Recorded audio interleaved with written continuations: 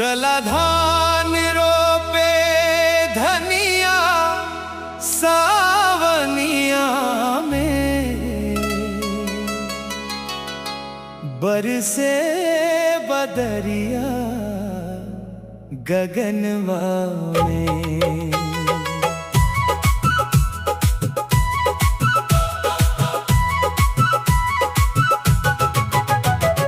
हंसी हंसी खेतवा में काम करब,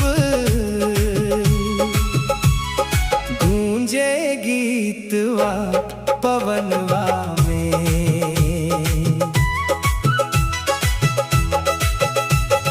हरियर हरियर धरती मुस्काए, पानी में अचरा लहराए।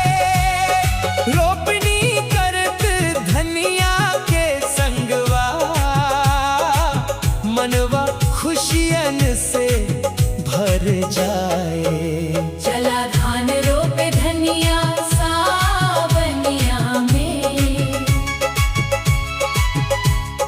बरसे बदरिया गगनवा में।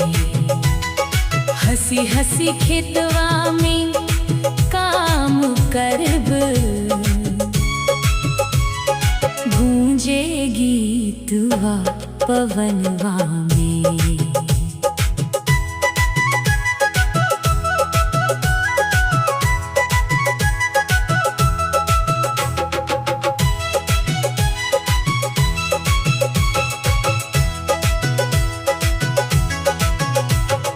कोयल बोले आम के डारी, सुगंध उड़े खेत किनारी।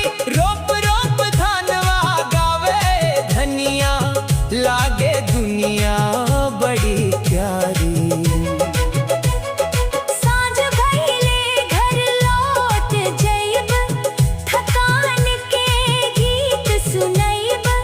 मेहनत के फल जब घर आई, खुशियन के दीप जलीब। चला धान रोपे धनिया सावनिया में, बरसे बदरिया गगनवा में। मेहनत के रंग जब खिल जाई, मुस्काई गाँव नगरिया में।